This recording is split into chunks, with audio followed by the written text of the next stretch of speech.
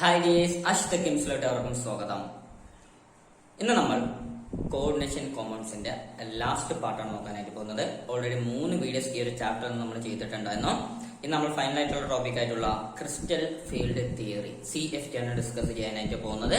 So അതോടുകൂടി ഈ ഒരു ചാപ്റ്റർ നമുക്ക് കംപ്ലീറ്റ് ഫോക്കസ് ഏരിയ മാത്രമല്ല നോൺ ഫോക്കസ് ഏരിയ ഉൾപ്പെടെ കംപ്ലീറ്റ് ആവുന്നതായിരിക്കും. സോ ക്ലാസ്സിലോട്ട് കിടക്കാം.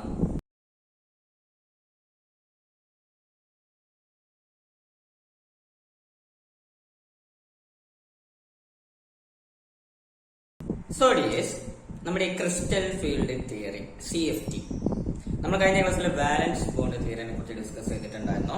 അപ്പൊ ഈ ഒരു കോർഡിനേഷൻ കോമ്പൗണ്ട്സ് എന്ന് പറഞ്ഞപ്പോൾ ഞാൻ ഫസ്റ്റ് ക്ലാസ്സിൽ തന്നെ പറഞ്ഞത് എന്തായിരുന്നു, അവർക്കിടയിലുള്ള ബോണ്ട് ഒരു കോർഡിനേറ്റ് കോവാലന്റ് ബോണ്ട് എന്ന് പറഞ്ഞിട്ടുണ്ടായിരുന്നു അല്ലെ.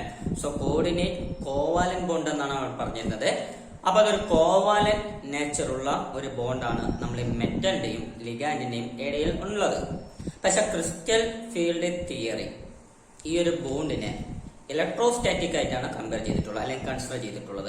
So electrostatic force of attraction which means നമ്മുടെ കോവാലന്റ് ബോണ്ട് അല്ല, മറിച്ച് ഒരു അയോണിക് ബോണ്ട് പോലെയാണ് ഈ മെറ്റലിന്റെയും ആ ലിഗാൻഡിന്റെയും ഇടയിലുള്ള ആ ബോണ്ടിനെ നമ്മൾ ക്രിസ്റ്റൽ ഫീൽഡ് തിയറി ഡിസ്ക്രൈബ് ചെയ്യുന്നത്. സോ അതിന്റെ ബേസിസിലാണ് ഈ ഒരു CFT വന്നിട്ടുള്ളത് തന്നെ. So they consider the bond or the interaction between the metal and the ligand as purely as ionic. Okay, so ionic ആയിട്ടാണ് അവർ കൺസിഡർ ചെയ്തിട്ടുള്ളത്. അപ്പൊ അവർ പറയുന്നത് ഈ ലിഗാൻഡ്സ് 2 ടൈപ്പ് ഉണ്ട് നമുക്കറിയാം. ഒന്നല്ലെങ്കിൽ നെഗറ്റീവ്ലി ചാർജഡ് ആയിട്ടുള്ള ആനോണിക് ലിഗാൻഡ്സ് ഉണ്ടാവും, അല്ലെങ്കിൽ ന്യൂട്രൽ ആയിട്ടുള്ള ലിഗാൻഡ്സും ഉണ്ട് അല്ലെ. അപ്പൊ 2 കാറ്റഗറി ഉണ്ടെന്ന് നമുക്കറിയാം. അപ്പൊ ക്രിസ്റ്റൽ ഫീൽഡ് തിയറി ഈ ആനയോണിക് ആയിട്ടുള്ള ലിഗാൻഡ്സിനെ പോയിന്റ് ചാർജ് ആയിട്ടാണ് കൺസിഡർ ചെയ്യുന്നത്. So the anionic ligands are considered as point charges by means of this crystal field theory. എന്താണ് പോയിന്റ് ചാർജ് എന്നൊക്കെ ഓൾറെഡി പ്ലസ് വണ്ണിൽ നമുക്ക് കുറെ പറഞ്ഞു തന്നിട്ടുള്ള കാര്യം തന്നെയാണ്. അതേപോലെ നമ്മുടെ ന്യൂട്രൽ ആയിട്ടുള്ള ലിഗാൻഡ്സിനെ അവർ ഡൈപോൾ ആയിട്ടാണ് കൺസിഡർ ചെയ്യുന്നത്. ഡൈപോൾ. സോ ഡൈപോൾ എന്ന് പറഞ്ഞാൽ നമുക്കറിയാം 2 പോൾസ് ഉള്ളത് കൊണ്ട് അത് എന്താണ് വൺസ് അഗൈൻ ന്യൂട്രൽ തന്നെയാണ് അല്ലെ. പോസിറ്റീവ് ആയിട്ടുള്ള പാർട്ടുണ്ട്, നെഗറ്റീവ് ആയിട്ടുള്ള പാർട്ടുണ്ട്. സോ അപ്പോഴും ന്യൂട്രൽ ആണ്. സോ ന്യൂട്രൽ മോളിക്കുള്ള ഒരു ഡൈപോൾ ആയിട്ടുമാണ് നമ്മുടെ CFT കൺസിഡർ ചെയ്യുന്നത്. അപ്പൊ എന്താണ് ഈ ഒരു തിയറിന്റെ ബേസിസ് എന്ന് വെച്ചാൽ, നമുക്കറിയാം നമ്മുടെ D ബ്ലോക്കിലുള്ള എലമെന്റ്സ് ആണ് നോർമലി ഈ ഒരു കോർഡിനേറ്റ് കോമ്പൗണ്ട്സ് ഫോം ചെയ്യുക ആണല്ലോ. സോ D ബ്ലോക്കിലുള്ള എലമെന്റ്സ് എന്ന് പറഞ്ഞാൽ നമ്മുടെ ട്രാൻസിഷൻ എലമെന്റ്സ് എന്ന് പറഞ്ഞാൽ അതിൽ D ഓർബിറ്റൽസ് ഉണ്ടാവും. ഷുവർ ആണ്, നമുക്കറിയാം. സോ ആസ് യൂഷ്വൽ നമ്മൾ സാധാരണ D ഓർബിറ്റൽസ് വരയ്ക്കും. നമ്മൾ എങ്ങനെ വരയ്ക്കുക?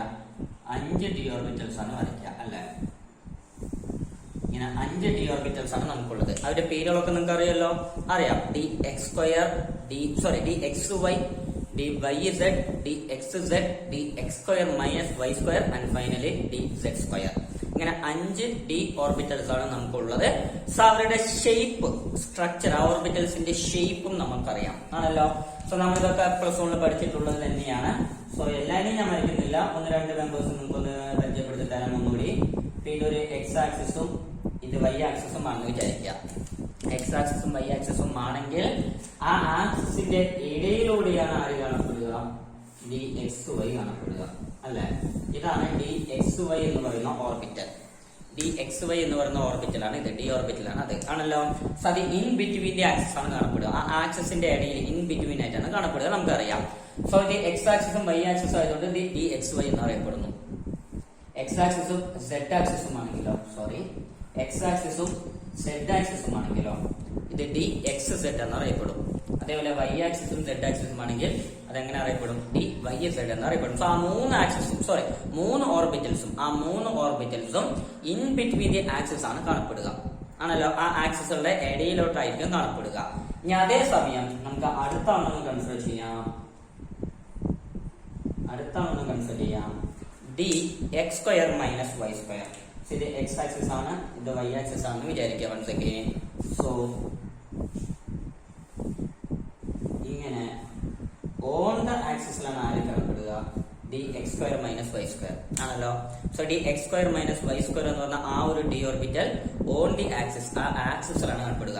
സോ അവർ 3 പേരും ഇൻ ബിറ്റ്വീൻ ദി ആക്സിസ് ആകുമ്പോൾ ഇവർ ഓൺ ദി ആക്സിസ് ആണ് കാണപ്പെടുക. ആൻഡ് ഫൈനലി dz2 അല്ലെ.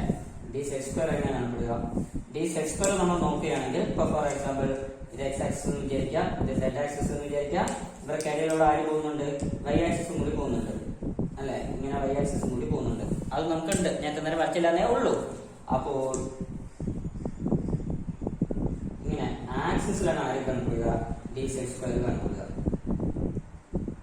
ഓക്കെ, ഇങ്ങനെയാണ് d(z²) കണക്കുക. സോ അത് നമുക്ക് അറിയുന്ന കാര്യം തന്നെയാണ്. സോ dx² - y² d(z²) ഈ രണ്ട് d ഓർബിറ്റൽസും ഓൺ ദി ആക്സിസ് ആണ്. റിമൈനിങ് ആയിട്ടുള്ള 3 d orbitals, namely dxy, dxz, dyz, ഇവർ 3 പേരും ഇൻ ബിറ്റ്വീൻ ആക്സിസ് ആണ് കാണപ്പെടുക. അത് അവരുടെ ഷേപ്പ്, ഡി ഓർബിറ്റൽ ഷേപ്പ് പറഞ്ഞു, അത് അതൊന്നും ഭയങ്കര വെക്കുക. സോ നമ്മുടെ ക്രിസ്റ്റൽ ഫീൽഡ് തിയറിന്റെ ബേസിസ് നമുക്ക് കടക്കാം. സോ ഒരു ന്യൂട്രൽ ആറ്റം എടുത്താൽ, അല്ലെങ്കിൽ ഒരു മെറ്റൽ എടുത്താൽ, ഏതൊരു മെറ്റൽ എടുത്താലും ഏതൊരു ഡി ഓർബിറ്റലുള്ള എലിമെന്റിന് എടുത്താലും അതിൽ ഡി ഓർബിറ്റൽസ് ഉണ്ട്. ഡി ബ്ലോക്കുള്ള എലിമെന്റ് എടുത്താലും അതിൽ ഡി ഓർബിറ്റൽസ് ഉണ്ട്. These D orbitals R degenerate. ഈ ഡി ഓർബിറ്റൽസ് എല്ലാവരും തന്നെ ഡീജനറേറ്റ് ആണ്. എന്താണ് ഡീജനറേറ്റ്? അതും ഞാൻ ഇതിന് മുമ്പ് പറഞ്ഞു തന്നിട്ടുള്ളത് തന്നെയാണ്. ഈ 5 ഡി ഓർബിറ്റൽസിന്റെ എനർജിയും സെയിം ആയിരിക്കും. 5 പേരെയും xy, yz, xz, x² - y² dz², ഇവർ 5 പേരുടെ എനർജിയും സെയിം ആണ്. അതുകൊണ്ടാണ് നമ്മൾ ഒന്നിച്ച് വരച്ചിട്ടുള്ളത്. സോ എനർജി സെയിം ആയതുകൊണ്ടാണ് അതിനെന്ത് പറയുന്നത്, degenerate orbitals. So degenerate orbitals എന്ന് പറയുന്നതിന്റെ കാരണം എന്താണ്, ദേ ഹാവ് സെയിം എനർജി. അപ്പൊ ഇങ്ങനെ ഡീജനറേറ്റ് ഡി ഓർബിറ്റൽസ് ഉള്ള ഒരു മെറ്റൽ നോക്കിയിട്ട് നമ്മുടെ ലിഗാൻസ് വരുന്നെന്ന് വിചാരിക്കാം. മേ ബി ഒരു അയണോണിക് ലിഗാൻഡ് ഓർ ഒരു ന്യൂട്രൽ ലിഗാൻഡ്, ആരോ ഒരാൾ ഒരു ലിഗാൻഡ് വരുന്നുണ്ടെന്ന് കരുതുക. ആ ലിഗാൻഡിന്റെ ഇലക്ട്രോൺ പെയർസും ഈ ഡി ഓർബിറ്റലിൽ ഉള്ള ഇലക്ട്രോൺസും തമ്മിൽ റിപ്പൾഷൻ നടക്കാനായിട്ട് തുടങ്ങും. ആസ് വി നോ ദാറ്റ്, അല്ല? അപ്പൊ ഡിയിലുള്ള ഇലക്ട്രോൺസും ആ വരുന്ന ലിഗാൻഡിലുള്ള ഇലക്ട്രോൺസും തമ്മിൽ റിപ്പൾഷൻ നടക്കാൻ തുടങ്ങും. ഈ ഒരു റിപ്പൾഷൻ കാരണം ഈ ഡി ഓർബിറ്റൽസിന്റെ ആ ഡീജനറസി എന്ന് വെച്ചാൽ അവരുടെ എനർജി സെയിം ആണെന്ന് പറഞ്ഞല്ലോ, ആ ഒരു പ്രോപ്പർട്ടി നഷ്ടമാകും. So they lose the degeneracy of the d orbitals. So മെറ്റലിന്റെ d ഓർബിറ്റൽസിന്റെ ഡീജനറസി നഷ്ടപ്പെടും.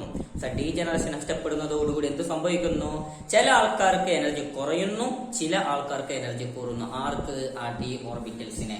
5 ഡി ഓർബിറ്റൽസ് ഉണ്ടായിരുന്നു, 5 പേർക്കും സെയിം എനർജി ആയിരുന്നു. അതുകൊണ്ടാണ് അവരെ ഡീജനറേറ്റ് എന്ന് പറഞ്ഞത്. പക്ഷെ ഇപ്പൊ ലിഗാൻഡ് വന്നതോടുകൂടി ആ ലിഗാനുമായിട്ടുള്ള ഇന്ററാക്ഷന്റെ ഫലമായി കൊണ്ട് ഈ 5 പേരുടെ എനർജിയും സ്പ്ലിറ്റ് ചെയ്യപ്പെട്ടു. ചിലർക്ക് എനർജി കുറഞ്ഞു, ചിലർക്ക് എനർജി കൂടി. So that is known as crystal field splitting. Crystal field splitting എന്നാണ് അത് അറിയുന്നത്. Crystal field splitting. ഓക്കെ, അപ്പൊ ഇതെന്താണെന്ന് അറിഞ്ഞു. Crystal field splitting. So എന്തുകൊണ്ടാണ് ക്രിസ്റ്റൽ ഫീൽഡ് സ്പ്ലിറ്റിംഗ് ഉണ്ടായത്? Due to the interaction between the electrons in the d orbitals of the metal and with the electron pairs of the incoming ligand. So ലിഗാൻഡിന്റെ electron പെയറും നമ്മുടെ d ഓർബിറ്റലുള്ള ഇലക്ട്രോൺസും തമ്മിലുള്ള ഒരു interaction മൂലം degeneracy നഷ്ടപ്പെടുന്നു, splitting നടക്കുന്നു. And that's known as crystal field splitting. അപ്പോ ഈ സ്പ്ലിറ്റിംഗ് എങ്ങനെ നടക്കുന്നു എന്നുള്ളത് ആ വരുന്ന ലിഗാൻഡിനനുസരിച്ച് ഉള്ള മെറ്റലിനനുസരിച്ച് അതിന്റെ ക്രിസ്റ്റൽ ലാറ്റിസ് അനുസരിച്ച് പല കാര്യങ്ങളെയും ഡിപ്പെൻഡ് ചെയ്യുന്നു. അപ്പൊ നമുക്ക് 2 മേജർ എക്സ്ട്രീം കണ്ടീഷൻസ് നോക്കാം. ഒന്ന് crystal field splitting in octahedral complex, മറ്റൊന്ന് in tetrahedral complex. So octahedral കോംപ്ലക്സിലും ടെട്രാഹെഡ്രൽ കോംപ്ലക്സിലും എങ്ങനെയാണ് ക്രിസ്റ്റൽ ഫീൽഡ് സ്പ്ലിറ്റിംഗ് നടക്കുന്നത് എന്ന് നോക്കാം. സോ ആദ്യം നമുക്ക് ഒക്ടാഹെഡ്രൽ കോംപ്ലക്സ് എടുക്കാം. എന്താണ് ഒക്ടാഹെഡ്രൽ? നമ്മുടെ മെറ്റൽ ഉണ്ട്, ആ മെറ്റൽ ചുറ്റും 6 ലിഗാൻസ് നിൽക്കും, അല്ലെ? ഇതിനെ ഒക്ടാഹെഡ്രൽ മാനർ, അല്ലെ? അപ്പൊ അതിന് ജനറൽ ആയിട്ട് നമ്മൾ എങ്ങനെ വരയ്ക്കാം? സെന്ററിൽ മെറ്റൽ വരച്ചാൽ ഇങ്ങനെയാണ് ഒക്ടാഹെഡ്രൽ സാധാരണ വരയ്ക്കുക, ആണല്ലോ. ഒരു സ്ഫിയർ, മുകളിൽ ഒരാള്, താഴെയുള്ളത്, ഇങ്ങനെയാണ് നമ്മൾ സാധാരണ ഒക്ടാഹെഡ്രൽ വരയ്ക്കുക. അപ്പൊ ഈ ഷേപ്പിൽ നിന്ന് നമുക്ക് എന്ത് മനസ്സിലാക്കാനായിട്ട് സാധിക്കും? നമ്മുടെ മെറ്റൽ ഉണ്ടെങ്കിൽ ആ മെറ്റലിനെ ചുറ്റിൽ നിന്നും ഇങ്ങനെ 6 പൊസിഷൻസിലൂടെയാണ് ലിഗാൻസ് വരിക, ആണല്ലോ. ഈ 6 പൊസിഷൻസിലൂടെയാണ് ലിഗാൻസ് അപ്രോച്ച് ചെയ്യുന്നത്. അതിനെ മെറ്റലിനെ അപ്രോച്ച് ചെയ്യുന്നത്. ഓക്കെ, അപ്പൊ നമ്മുടെ മെറ്റലിനെ ഇങ്ങനെ 6 പൊസിഷൻസിലൂടെ ഈ ലിഗാൻസ് അപ്രോച്ച് ചെയ്യുന്നു. ഈ 6 പൊസിഷൻസും എങ്ങനെയാണെന്ന് നോക്കിക്കേ. പരസ്പരം 90 ഡിഗ്രി ആണല്ലോ, അല്ലെ? ഇവർക്ക് എല്ലാവർക്കും ഇടയിലുള്ള ആംഗിൾ 90 ഡിഗ്രി ആണല്ലോ. ഇത് 90 ഡിഗ്രി, ഇത് 90 ഡിഗ്രി, ഇത് 90 ഡിഗ്രി, എല്ലാ ആംഗിൾസും 90 ഡിഗ്രിയാണ്. അപ്പോ നമ്മുടെ മെറ്റൽ ഉണ്ട്, ആ മെറ്റലിന്റെ ഈ 5 d ഓർബിറ്റൽസും എങ്ങനെയാണ് കാണപ്പെടുക? ഞാൻ ഈ വരച്ചതുപോലെ ആണല്ലോ. 3 പേര് ഇൻ ബിറ്റ്വീൻ ദി ആക്സിസിൽ കാണപ്പെടുന്നു, 2 പേര് ഓൺ ദി ആക്സിസിൽ കാണപ്പെടുന്നു. ഒക്ടാഹെഡ്രൽ കോംപ്ലക്സ് ആണെങ്കിൽ ആ ലിഗാൻഡ്സ് ആ മെറ്റലിനെ അപ്രോച്ച് ചെയ്യുന്നത് ആ ആക്സിസിലൂടെയായിരിക്കും. ആക്സിസിലൂടെയായിരിക്കും ലിഗാൻഡ്സ് എന്ത് ചെയ്യുന്നത്? മെറ്റലിനെ അപ്രോച്ച് ചെയ്യുന്നത്. അവിടെ വെച്ച് ഞാൻ കാണിച്ചു തരാം. ഇതിൽ വെച്ച് കാണിച്ചു തരാം. ഈ സെന്ററിലാണ് നമ്മുടെ മെറ്റൽ ഉള്ളതെന്ന് വിചാരിക്കുക. ഈ സെന്ററിൽ ഈ ആക്സിസിൽ കൂടെ ഒരു ലിഗാൻഡ് വരും, ഇതേ കൂടെ രണ്ടാമത്തെ ആള് വരും, താഴെ മൂന്നാമത്തെ ആള്, മുകളിൽ നാലാമത്തെ ആള്, ഇത് 5, ഇത് 6. ഇങ്ങനെ 90 ഡിഗ്രിയിലാണ് പരസ്പരം 6 പേരും അപ്രോച്ച് ചെയ്യുന്നത്. അതാണ് ടെട്രാഹെഡ്രൽ ഷേപ്പ്, ഒക്ടാഹെഡ്രൽ ഷേപ്പ്. ഇവിടെ ഇങ്ങനെ വരച്ചിട്ടുണ്ട്. അത് നമ്മൾ 3 ഡയമെൻഷനായിട്ട് ഒബ്സർവ് ചെയ്യുമ്പോൾ അങ്ങനെ ആയിരിക്കും വരിക. ആ 3 ആക്സിസിൽ കൂടി 6 പൊസിഷനിലൂടെയാണ് വരിക. ഓക്കെ, അപ്പൊ ഒരു ഒക്ടാഹെഡ്രൽ കോംപ്ലക്സിൽ നമ്മുടെ ലിഗാൻഡ്സ് ആ മെറ്റലിനെ അപ്രോച്ച് ചെയ്യുന്നത് ആക്സിസിലൂടെയാണെന്ന് നമ്മൾ പറഞ്ഞു. ആക്സിസിൽ കാണപ്പെടുന്ന d orbitals ആരെല്ലാമാണ്? dx² - y² dz² മാത്രം ആണല്ലോ. ബാക്കിയുള്ള 3 d ഓർബിറ്റൽസ് എവിടെ കാണപ്പെടുക? ഇൻ ബിറ്റ്വീൻ ദി ആക്സിസ് ആണ് കാണപ്പെടുക. സോ എന്താ അവിടെ നടക്കാൻ പോകുന്ന കാര്യം? ഇപ്പൊ ഞാനാണ് മെറ്റൽ എന്ന് വിചാരിച്ചുള്ളൂ. എനിക്ക് ചുറ്റും 5 d ഓർബിറ്റൽസ് ഉണ്ട്. 3 പേര് ഇൻ ബിറ്റ്വീൻ ദി ആക്സിസും 2 പേര് ഓൺ ദി ആക്സിസും. അപ്പൊ എന്റെ ഓൺ ദി ആക്സിസിലുള്ള ഫോർ എക്സാമ്പിൾ നമുക്ക് ഇവൻ എടുക്കാം, dx² - y². അപ്പൊ ഇതാണ് എന്റെ dx² - y² എന്ന് പറഞ്ഞാൽ ആ ഒരു ഓർബിറ്റൽ എന്ന് വിചാരിക്കുക. അപ്പൊ ഇതാണ് എന്റെ dx² - y² എന്ന് പറഞ്ഞ ഓർബിറ്റൽ. അപ്പൊ ഈ ഒരു ഓർബിറ്റലിന് നേർക്കാണ് ആര് വരുന്നത്? ഒരു ലിഗാൻഡ് വരുന്നത്. കാരണം ഈ 6 ലിഗാൻഡ്സും, ഞാനിപ്പോ ഒക്ടാഹെഡ്രൽ കോംപ്ലക്സ് ആണ്, അതുകൊണ്ട് എനിക്ക് ചുറ്റിലുമുള്ള 6 ലിഗാൻഡ്സും എന്നെ അപ്രോച്ച് ചെയ്യുന്നത് ഏതിൽ കൂടെയാണ്? ആക്സിസിൽ കൂടിയാണ്. അപ്പൊ വൺ ഓഫ് ദി ആക്സിസിൽ കൂടെ ഒരു ലിഗാൻഡ് വരുമ്പോൾ അതേ ഡയറക്ഷനിലാണ് ആരുള്ളത്? എന്റെ dx² - y² ഉള്ളത് അല്ലേ?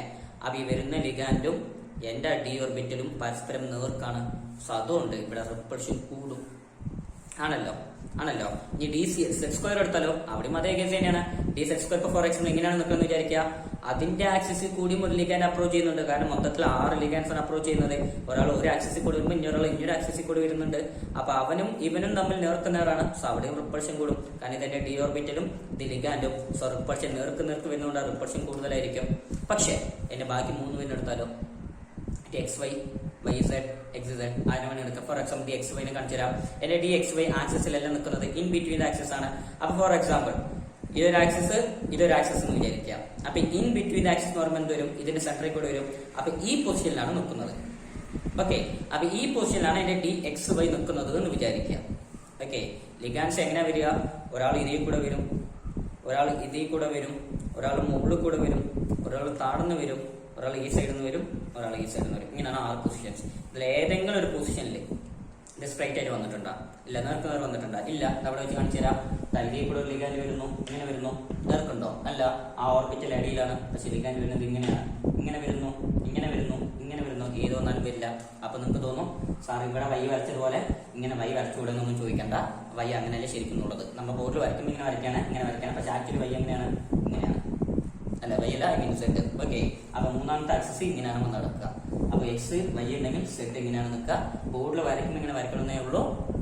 ആക്ച്വലി ഇങ്ങനെ ഒന്നല്ല നിൽക്കുന്നത്. അപ്പൊ അത് നന്നായിട്ട് മനസ്സിലാക്കുക. സോ ആ 3 d ഓർബിറ്റൽസും ഇൻ ബിറ്റ്വീൻ ആക്സിസ് ആയതുകൊണ്ട് ഒരു ഒക്ടാഹെഡ്രൽ കോംപ്ലക്സിൽ അവർ 3 പേർക്കും ആ ഒരു ഇന്ററാക്ഷൻ അല്ലെങ്കിൽ റിപ്പൾഷൻ കുറവായിരിക്കും.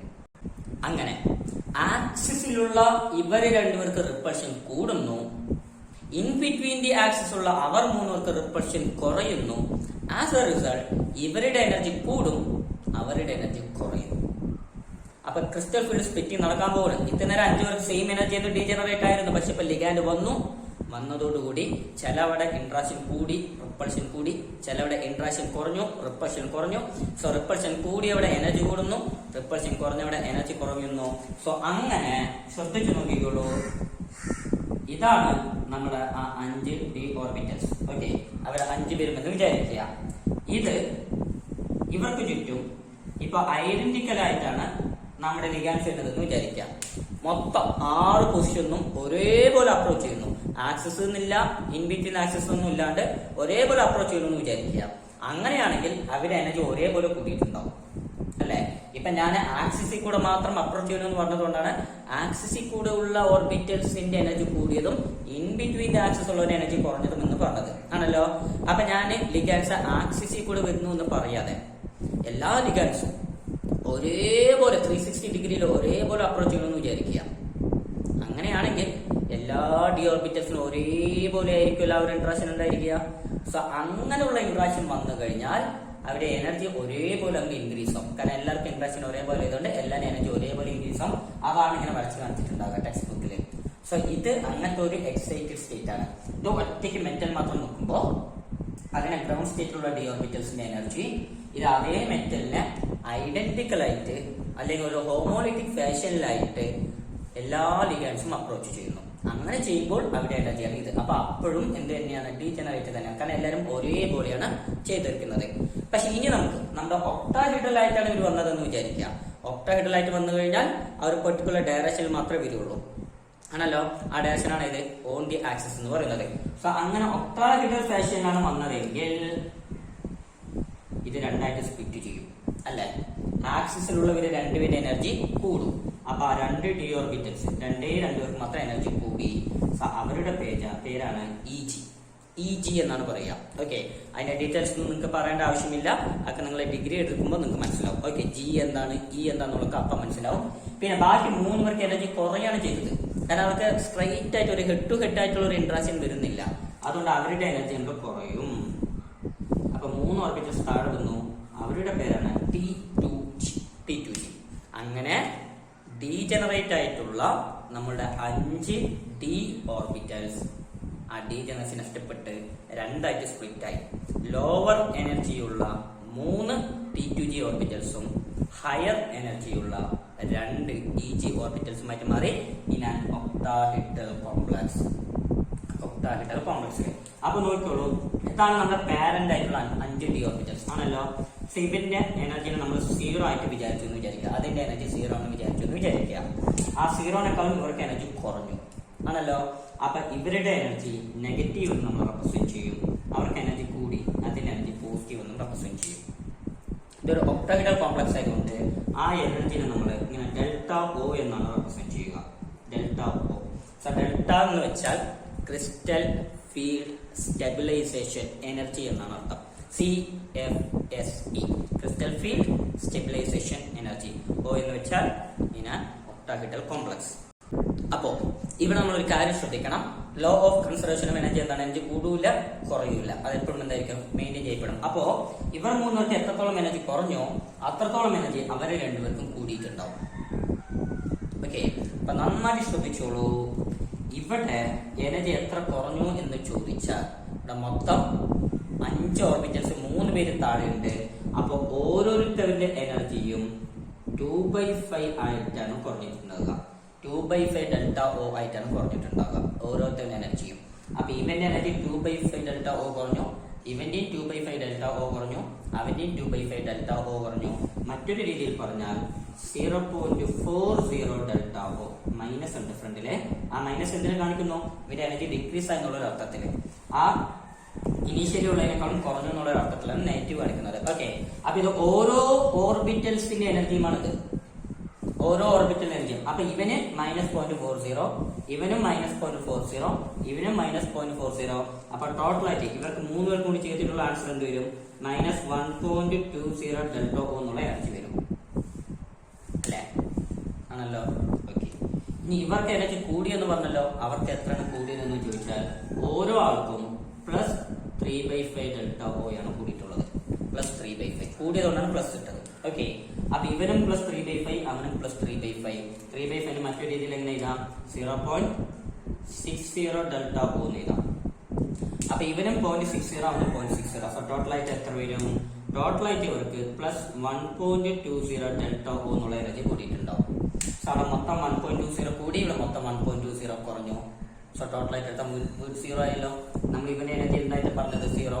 അപ്പൊ അവന്റെ 0 ആണ്. ഇവർ രണ്ടുപേരും കൂട്ടിയാലും 0 വരുന്നു. ഒരാൾക്ക് -1.2, ഒരാൾക്ക് +1.2. സോ സെയിം ആണ്. സോ അതാണ് പറഞ്ഞത്. ഇവിടെ ഒരു ഓർബിറ്റലിന് ഇത്ര കുറയുന്നു, അവിടെ ഒരു ഓർബിറ്റലിന് അത്ര കൂടുന്നു. സോ ഇതാണ് ഒക്ടാഹെഡ്രൽ കോംപ്ലക്സിലുള്ള ക്രിസ്റ്റൽ ഫീൽഡ് സ്പ്ലിറ്റിംഗ് എന്ന് പറയുന്നതും അതിന്റെ സ്റ്റെബിലൈസേഷൻ എനർജി എന്ന് പറയുന്നതും. ഇനി ഇവിടെ നിങ്ങൾ 1-2 കാര്യം പഠിച്ചു വയ്ക്കുക. ടെക്സ്റ്റിലില്ല, പക്ഷെ എന്തായാലും ചോദിക്കാൻ സാധ്യതയുള്ള ചോദ്യമാണ്. അതെങ്ങനെയാണെന്ന് വെച്ചാൽ, ഇപ്പൊ നമ്മളൊരു ആറ്റം തന്നു, ഒരു ലിഗാൻഡ് വന്നു. അപ്പൊ കോർഡിനേറ്റ് കോമ്പൗണ്ട് ഫോം ചെയ്യണം. അതിന്റെ ഇലക്ട്രോണിക് കോൺഫിഗറേഷൻ എഴുതാനായിട്ട് പോകുന്നു എന്ന് വിചാരിക്കാം. ഓക്കെ, ഇപ്പൊ ഫോർ എക്സാമ്പിൾ ഒരു 4 ഇലക്ട്രോൺസ് നമുക്ക് ഫില്ലപ്പ് ചെയ്യണമെന്ന് വിചാരിക്കുക. അപ്പൊ ലിഗാൻഡ്സിന് ഇലക്ട്രോൺസ് വരികയാണ്. ലിഗാൻഡ്സിന് ഇലക്ട്രോൺസ് വരുമ്പോൾ നമ്മൾ എന്ത് ചെയ്യുന്നു?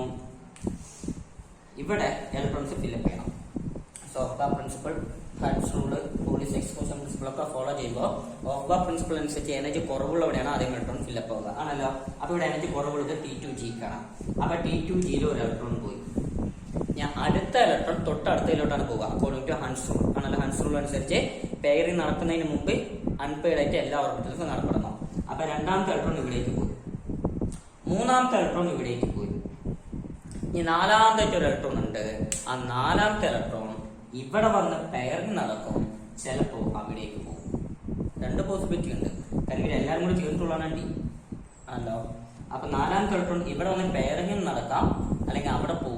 അഞ്ചാമത്തെ ഇലക്ട്രോൺ അവിടെ പോവും, പിന്നെ പെയറിംഗ് നടക്കാം. സോ രണ്ട് പോസിബിലിറ്റി ഉണ്ട്. ഈ 3 കഴിഞ്ഞിട്ട് നാലാമത്തെ തന്നെ പെയറിംഗ് സ്റ്റാർട്ട് ചെയ്യാം, അല്ലെങ്കിൽ 5ഉം അൺപെയർഡ് ആയിട്ട് നിന്നിട്ട് ആറാമത്തെ ഇലക്ട്രോൺ ഉണ്ടെങ്കിൽ അത് പെയറിംഗ് തുടങ്ങാം. സോ രണ്ട് പോസിബിലിറ്റി. സോ എപ്പോ എവിടെ എന്ത് നടക്കും എന്നുള്ളത് ആ ലിഗാൻഡിന്റെ സ്വഭാവം അനുസരിച്ചാണുള്ളത്. സോ ലിഗാൻഡ്സ് ആർ 2 ടൈപ്സ് ഉള്ളത്. ഞാൻ കഴിഞ്ഞ ക്ലാസ്സിൽ പറഞ്ഞ സ്ട്രോങ് ഫീൽഡ് ലിഗാൻഡ്സും ഉണ്ട്, വീക്ക് ഫീൽഡ് ലിഗാൻഡ്സും ഉണ്ട്. സോ സ്ട്രോങ് ഫീൽഡ് ലിഗാൻഡ്സ് ആണെങ്കിൽ നാലാമത്തെ ഇലക്ട്രോൺ ഇവിടേക്ക് തന്നെ വരും, പെയറിംഗ് നടക്കും. അഞ്ചാമത്തെ ഇലക്ട്രോൺ ഇവിടെ വരും, പെയറിംഗ് നടക്കും. ആറാമത്തെ ഇലക്ട്രോൺ ഇവിടെ വരും, പെയറിംഗ് നടക്കും. ഇനി ഏഴാമതായിട്ട് ഒരു ഇലക്ട്രോൺ ഉണ്ടെങ്കിൽ മാത്രം ആ ഇലക്ട്രോൺ എവിടേക്ക് പോകും? Eg-യിലോട്ട് പോകും. 8, 9, 10 ഇങ്ങനെയാണ് പെയറിംഗ് നടക്കുക സ്ട്രോങ് ഫീൽഡ് ലിഗാൻഡ് ആണെങ്കിൽ. അപ്പൊ വീക്ക് ഫീൽഡ് ആണെങ്കിലോ 3 ഇലക്ട്രോൺ ഇങ്ങനെ പോയി കഴിഞ്ഞാൽ നാലാമത്തെ ഇലക്ട്രോൺ പെയറിംഗിന് വരില്ല, മറിച്ച് അവിടേക്ക് പോകും.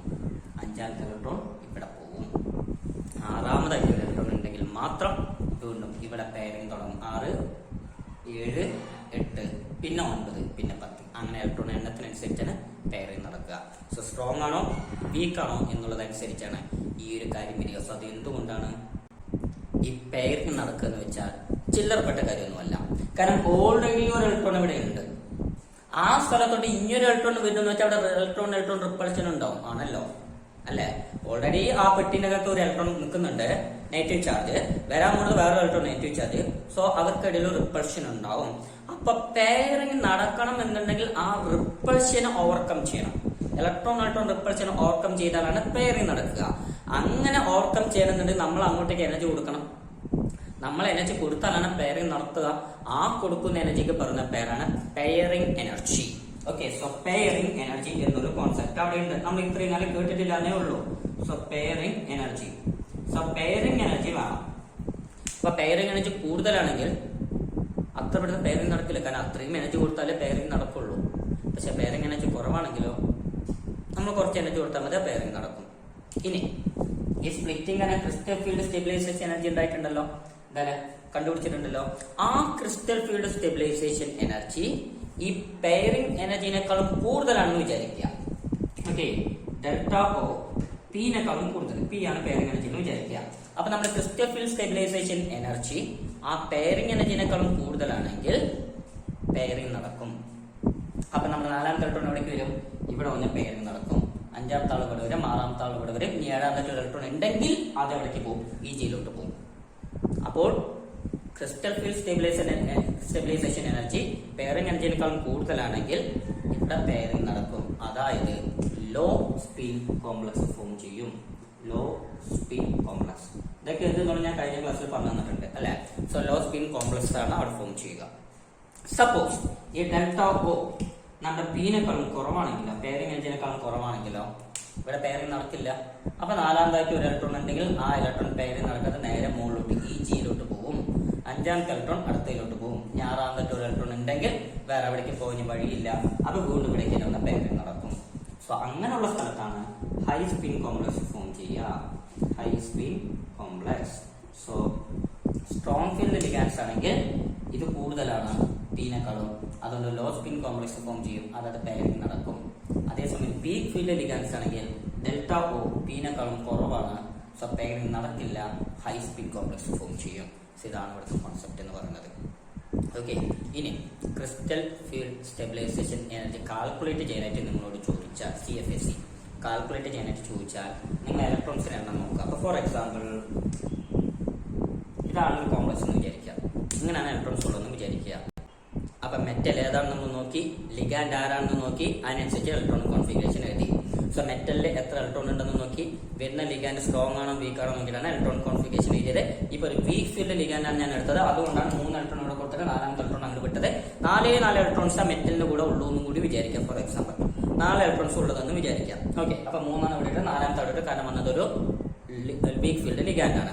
അപ്പൊ ഇതിന്റെ CFSE കണ്ടുപിടിക്കണം. Okay, crystal field stabilisation energy CFSE കണ്ടുപിടിക്കണം.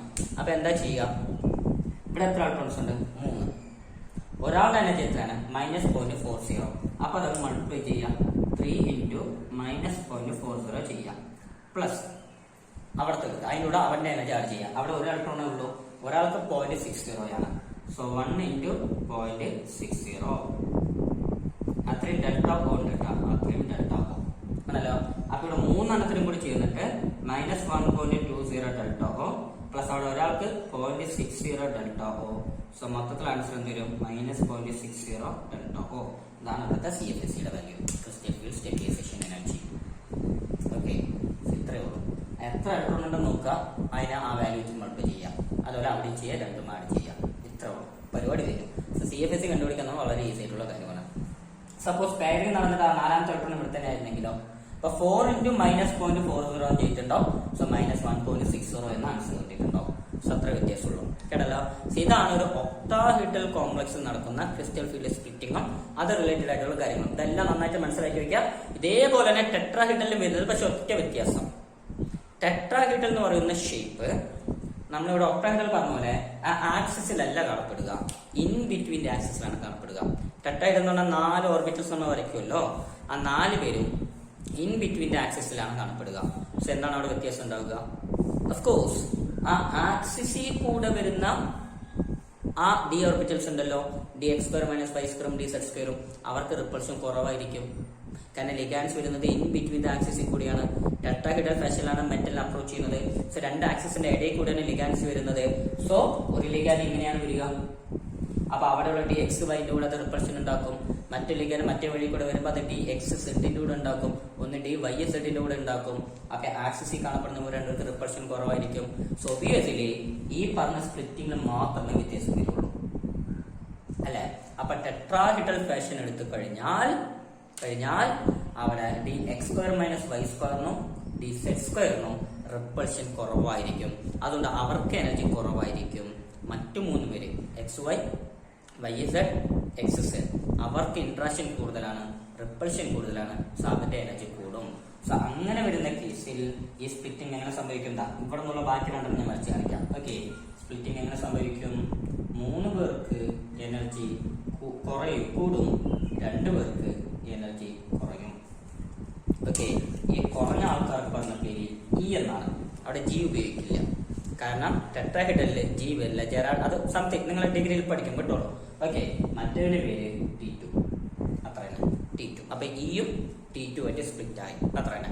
ഇവിടെ EG T2G, അവിടെ E T2 ആയിട്ട് സ്പ്ലിറ്റ് ആയി. വൺസ് അഗൈൻ ഇവന്റെ എനർജി 0 ആയിട്ട് എടുക്കുക. അപ്പൊ ഇവിടെ 2 പെട്ടിയുണ്ട്, ഒരാൾക്ക് 0.60 ഡെൽറ്റ ഓ വെച്ചിട്ട് കുറഞ്ഞു. ഓക്കെ, അത്രയും കുറഞ്ഞു. മറ്റവനാണെങ്കിലോ +0.40 ഡെൽറ്റ ഓ വെച്ചിട്ട് കൂടി. ഓക്കെ, ഇനി ടെട്രാഹെഡ്രൽ ആയതുകൊണ്ട് നമ്മൾ ഡെൽറ്റ ടി എന്ന് സബ്സ്റ്റിറ്റ്യൂട്ട് ചെയ്യണം. Delta T crystal field stabilisation energy in a tetrahedral complex. അങ്ങനെയാണ് ആ റെപ്രസെന്റേഷൻ വരിക. ഇത് എന്ന് പറയുന്നത് മറ്റവന്റെ 4/9 ഉണ്ടാവുള്ളൂ. അതായത് ഒക്ടാഹെഡ്രലിലുള്ള സ്പ്ലിറ്റിങ്ങിന്റെ 9/4 ഭാഗമാണ് ആര്? Tetrahedral splitting. ഈ പറഞ്ഞതിന്റെ അർത്ഥം ഒരു ഒക്ടാഹെഡ്രൽ സ്പ്ലിറ്റിംഗ് എന്ന് പറഞ്ഞാൽ അവിടെ എനർജി റിലീസിംഗ് വളരെ കൂടുതലായിരിക്കും കമ്പയർ ടു ഒരു ടെട്രാഹെഡ്രൽ സ്പ്ലിറ്റിംഗ്. അപ്പൊ ടെട്രാഹെഡ്രൽ സ്പ്ലിറ്റിംഗിലുള്ള എനർജി റിലീസിംഗ് എന്ന് പറയുന്നത് crystal field stabilisation energy in an octahedral സ്പ്ലിറ്റിംഗിനേക്കാൾ കുറവായിരിക്കും. അതാണ് ഇതിന്റെ അർത്ഥം എന്ന് പറയുന്നത്. ഓക്കെ, അപ്പൊ ഇത്രയുമാണ് ഇതിന്റെ ഒരു കോൺസെപ്റ്റ്. ഇനി ലിഗാൻഡ്സിന്റെ അവിടെ ഒരു പവറിന് അനുസരിച്ച് വീക്ക് ആണോ സ്ട്രോങ് ആണോ എന്നുള്ളത് അനുസരിച്ച് അവിടെ ഒരു സ്പെക്ട്രോ കെമിക്കൽ സീരീസ് ടെക്സ്റ്റ് ബുക്കുകൾ തന്നിട്ടുണ്ടാവും. അപ്പൊ അത് കാരണം നിങ്ങൾക്ക് മനസ്സിലാക്കാം ആരൊക്കെയാണ് വീക്ക് ആയിട്ടുള്ള ലിഗാൻഡ്സ്, ആരൊക്കെയാണ് സ്ട്രോങ് ആയിട്ടുള്ള ലിഗാൻഡ്സ് എന്നോട് മനസ്സിലാക്കാം. അതിൽ 1-2 എക്സാംസ് ഓൾറെഡി കഴിഞ്ഞ ക്ലാസ് ഞാൻ പറഞ്ഞിട്ടുള്ളതാണ്, VBT എടുക്കുമ്പോൾ തന്നെ പറഞ്ഞു തന്നിട്ടുള്ളതാണ്. സോ അതിൽ 1-2 എക്സാംസ് ഒന്ന് പഠിച്ചു വയ്ക്കാം. അതാവുമ്പോൾ അത്തരം കോമേഴ്സ് നിങ്ങൾക്ക് തന്നു കഴിഞ്ഞാൽ പെട്ടെന്ന് തന്നെ നിങ്ങൾക്ക് അത് എഴുതാനായിട്ട് സാധിക്കും. ഇനി നമുക്ക് നോക്കാനായിട്ടുള്ളത് നമ്മൾ ഈ കോർഡിനേഷൻ കോമ്പൗണ്ട്സിന് കളറിന്റെ കാര്യമാണ്. ഡെയർ കളേർഡ് കോമ്പൗണ്ട്സ് നമ്മൾ പറഞ്ഞിട്ടുണ്ടായിരുന്നു. സോ അതിനുള്ള റീസൺ ക്രിസ്റ്റൽ ഫീൽഡ് തിയറിക്ക് എക്സ്പ്ലെയിൻ ചെയ്യാൻ സാധിച്ചു. കാരണം ഈ ക്രിസ്റ്റൽ ഫീൽഡ് തിയറിയിലാണ് നമ്മുടെ ഡി ഓർബിറ്റൽസിന് സ്പ്ലിറ്റിംഗ് പറഞ്ഞത് ആണല്ലോ. അപ്പോൾ താഴെ എനർജി കുറവായിട്ടുള്ള ഡി ഓർബിറ്റൽസും മുകളിൽ എനർജി കൂടുതലുള്ള ഡി ഓർബിറ്റൽസും. സോ വാട്ട് ഹാപ്പൻസ്, ഇപ്പൊ താഴത്തെ എനർജി കുറവായിട്ടുള്ള ഡി ഓർബിറ്റൽസിൽ ഇലക്ട്രോൺസ് ഉണ്ടെന്ന് വിചാരിക്കുക. ഒക്ടാഹെഡ്രലോ ടെട്രാഹെഡ്രലോ ഏത് കോംപ്ലക്സ് ആയിക്കൊള്ളട്ടെ, താഴെ ഇലക്ട്രോൺസ് ഉണ്ടെങ്കിൽ ആ ഒരു കോംപ്ലക്സിന് എനർജി കിട്ടിക്കഴിയുമ്പോൾ സൺലൈറ്റോ ഏതെങ്കിലും ബൈ മീൻസ് ഓഫ് എനി ഒരു മീൻസിൽ എനർജി കിട്ടിക്കഴിയുമ്പോൾ ഈ ഇലക്ട്രോൺസ് എക്സൈറ്റഡ് ആവും. അപ്പൊ താഴ്ന്നവര് മുകളിലുള്ള എനർജി സ്റ്റേറ്റിലോട്ട് എക്സൈറ്റഡ് ആവും. അപ്പൊ അങ്ങനെ എക്സൈറ്റഡ് ആവുന്നതിന് കാരണമാണ് അവിടെ കളർ ഉണ്ടാവുന്നത്. കാരണം ലൈറ്റിൽ നിന്ന് എനർജി അബ്സോർബ് ചെയ്യുന്നത് കൊണ്ടാണല്ലോ അവർക്ക് എക്സൈറ്റേഷൻ ചെയ്യാൻ സാധിക്കുക. അപ്പൊ ഏത് ലൈറ്റ് ആണോ, ഏത് വേവ് ലെങ്തിലുള്ള ലൈറ്റ് ആണോ കളറാണോ അവർ അബ്സോർബ് ചെയ്തിട്ടുള്ളത്, അതിന്റെ കോംപ്ലിമെന്ററി ആയിട്ടുള്ള കളറായിട്ട് ആ കോമ്പൗണ്ട് കാണപ്പെടുന്നു.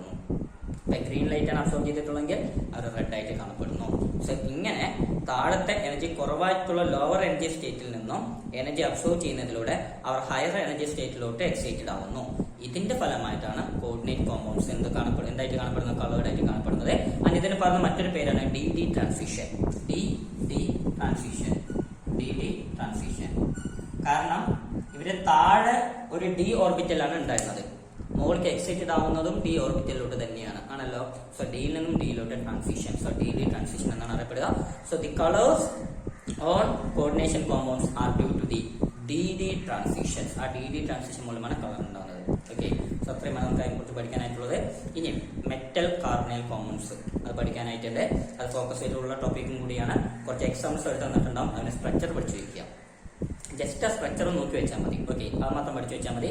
ഇതിൽ ഇമ്പോർട്ടന്റ് ആയിട്ട് ഒരു പോയിന്റ് മാത്രം ഞാൻ പറഞ്ഞാൽ, സ്ട്രക്ചർ ഒന്നും പറയാനില്ല, ഓരോരുത്തരുടെ സ്ട്രക്ചർ ഓരോ രീതിക്കാണല്ലോ. ഇപ്പൊ ടെട്രായ്ഡ്, ഇപ്പൊ മീഡിയനത്തെ ടെട്രായ്ഡൽ ഫാഷൻ നിൽക്കണം പറഞ്ഞാൽ കഴിഞ്ഞു, അത് അത്ര തന്നെ.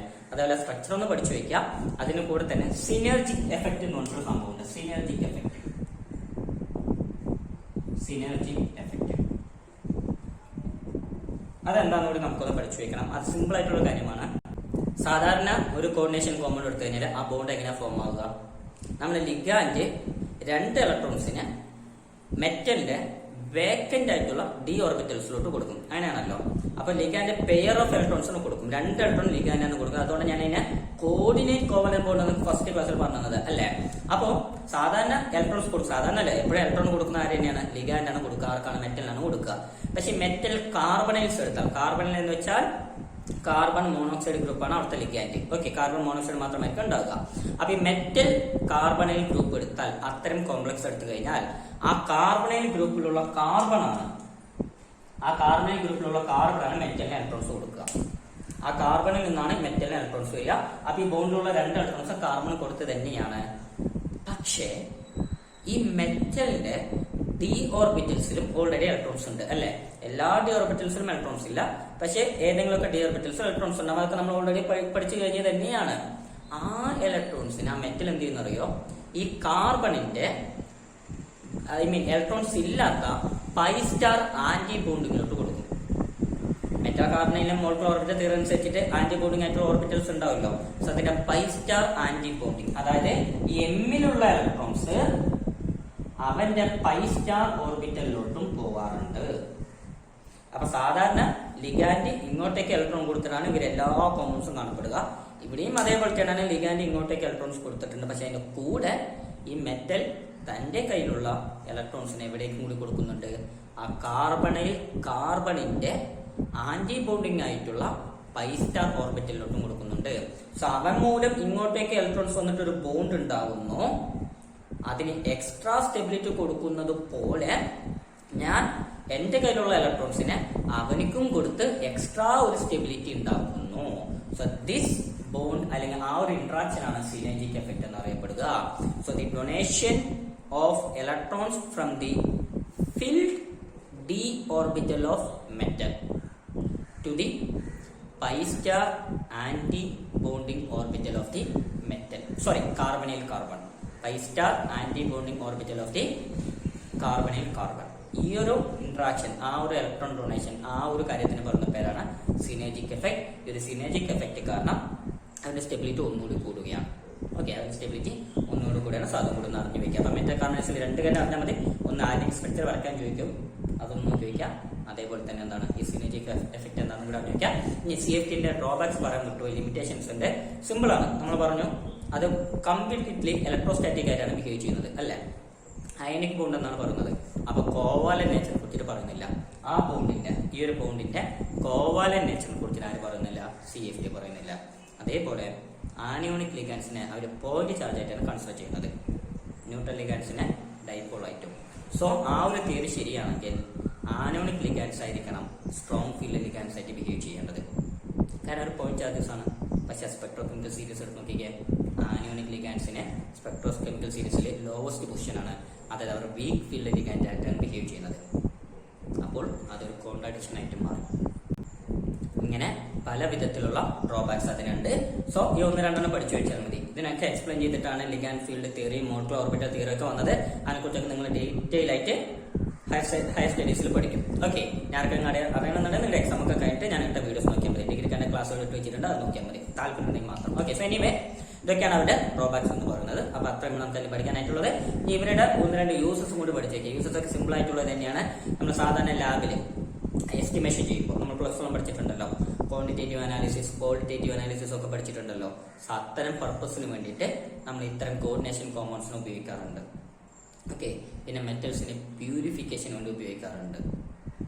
അതുപോലെ മെറ്റൽസിന്റെ എക്സ്ട്രാക്ഷന് വേണ്ടിയിട്ട് ഉപയോഗിക്കാറുണ്ട്. മെറ്റൽസിനെ നമ്മൾ എക്സ്ട്രാക്ട് ചെയ്യാൻ മെറ്റലർജിക്കൽ പ്രോസസ്സിലും നമ്മൾ ഇത്തരം കോർഡിനേഷൻ കോമ്പൗണ്ട്സിനെ ഉപയോഗിക്കാറുണ്ട്.